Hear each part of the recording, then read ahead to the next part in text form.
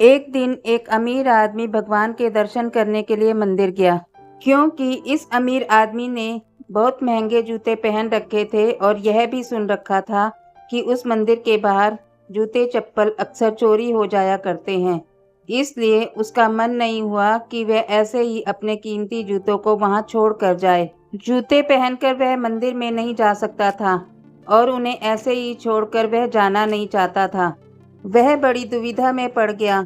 थोड़ी देर सोचने के बाद उस अमीर आदमी ने मंदिर के पास बैठे एक भिखारी से बात की। उस अमीर आदमी ने भिखारी को उसके जूते थोड़ी देर के लिए संभालने के लिए दे दिए।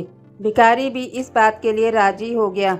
पूजा में बैठे बैठे अमीर आदमी के मन में ख्याल आया कि भगवान, आपने कैसी विषम दुनिया बनाई है।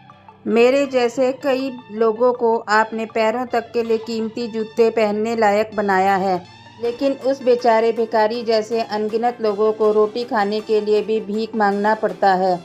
आदमी मन ही मन भगवान से फरियाद करते हुए बोला कि आपने सभी लोगों को एक समान क्यों नहीं बनाया, आपने सभी को एक जैसी सुविधा क्यों नहीं दी। फिर वहां बैठे बैठे उसने मन ही मन ठाना कि वह जाते समय उस भिखारी को 100 रुपये देकर जाएगा।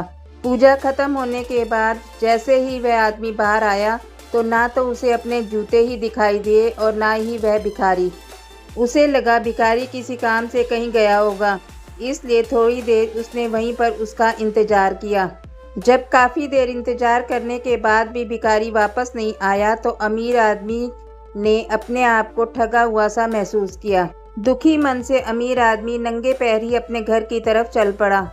रास्ते में आदमी ने देखा कि एक फुटपाथ पर जूते चप्पल बेचने वाला बैठा है।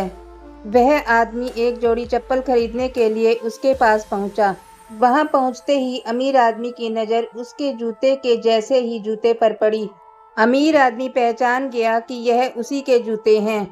पूछने पर बेचने वाले ने पहले तो मना कर दिया, लेकिन बार बार पूछने पर और दबाव देने पर उसने माना कि यह जूते उसे एक भिखारी 100 रुपये में देकर गया है।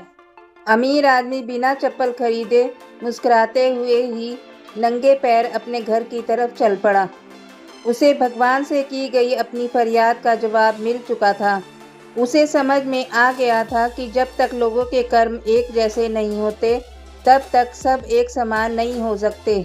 भगवान ने उस भिखारी की तकदीर में 100 रुपये लिखे थे, लेकिन कैसे कर्म करके उसे उन्हें लेना है यह उस भिखारी के हाथ में था। वह चोरी ना भी करता तो भी उसे 100 रुपये मिलने ही थे। शायद उसके ऐसे ही बुरे कर्मों की वजह से वह भिखारी था। अमीर आदमी को समझ आ गया था कि भगवान ने किसी व्यक्ति को अमीर और किसी व्यक्ति को गरीब क्यों बनाया है। अपने कर्मों के हिसाब से ही कोई व्यक्ति अमीर और कोई व्यक्ति गरीब बनता है। इसलिए हमेशा अच्छे कर्म करते रहिए।